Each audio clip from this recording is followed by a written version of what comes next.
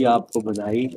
उसी दिन आपके लिए प्रार्थना की गई थी स्वर्ण मंदिर में, तो ये स्वरूपाव वहीं से आपके लिए आया। और हाँ, बड़ी कृपा। देखो कितना प्यार आप करते हैं और कितना साहब प्यार करते हैं। बस आप सबकी कृपा से गुरु ग्रंथ साहिब के अंदर जितना संत महात्माओं के लिए कहा गया है उनसे जुड़े रहना ही हमारा कर्तव्य है। दिल्ली के अंदर बहुत बड़े कीर्तनीय हुए हैं संत सुजान सिंह जी।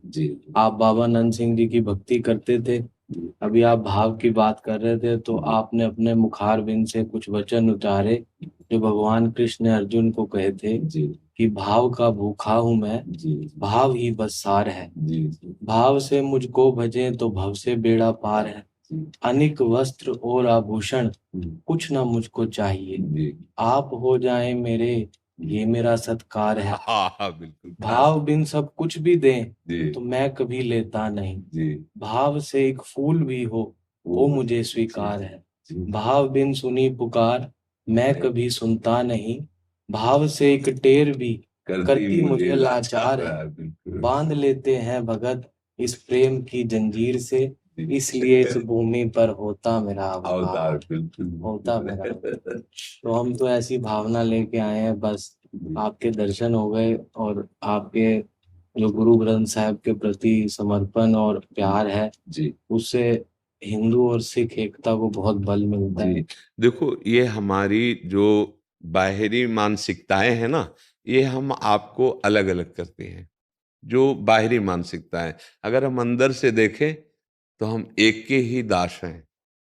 और वही गुरु ग्रंथ साहब हैं, वही गीता जी हैं, वही धर्मशास्त्र जितने हैं वो सब एक। आप गौर से देखिए तो सबका रास्ता एक ही निकलता है जाकर के। तो हमें इसलिए बहुत प्रियता है कि हमें इतना भी अंतर नहीं मिला।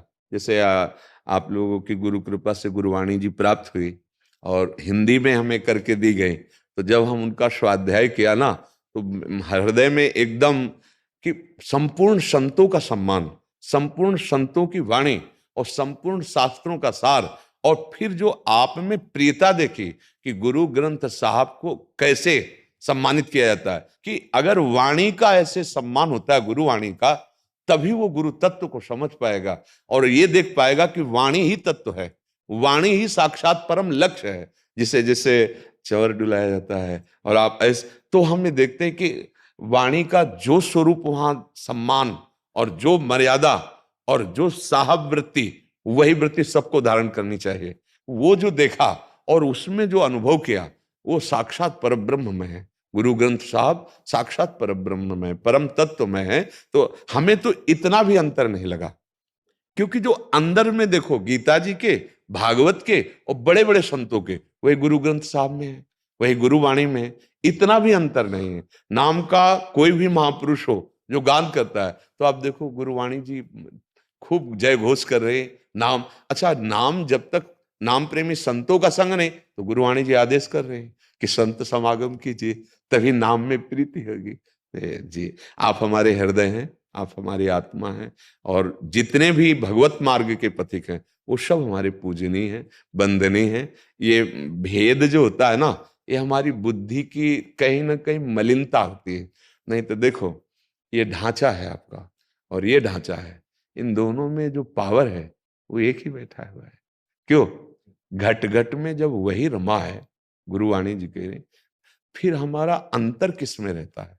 तो हमारा बाहरी अंतर हुआ ना, तो बाहरी अंतर अध्यात्म वाला तो स्वीकार नहीं करेगा, बहिर्मुख विषयी पुरुष भले स्वीकार करे। तो हमारी आप आत्मा है, आप हमारे आराध्य तत्व है। तू ठाकुर तुम पे अरदास। आपकी राज। धन्य धन्य धन्य। राधा राधा।